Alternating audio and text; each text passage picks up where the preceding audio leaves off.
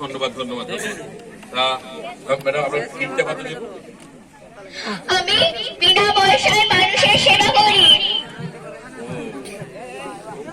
বিনা পয়সায় মানুষের সেবা করে বেড়ান? হ্যাঁ। এই তারা আপনার চলবে কি করে? সবাইকে আপনি বিনা পয়সায় চিকিৎসা করেন? এই যে ভদ্রলোক বসে আছে, কত মাথা ব্যায়াম আছে, পারবেন চিকিৎসা করতে? হ্যাঁ পারবো। পয়সা নেবেন না? না নেবো না। আচ্ছা,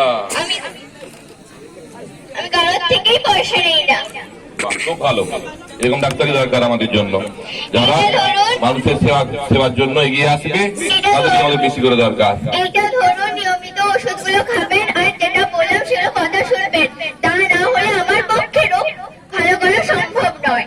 ধন্যবাদ ধন্যবাদ ম্যাডাম। আসি তাহলে ম্যাডাম, আসি।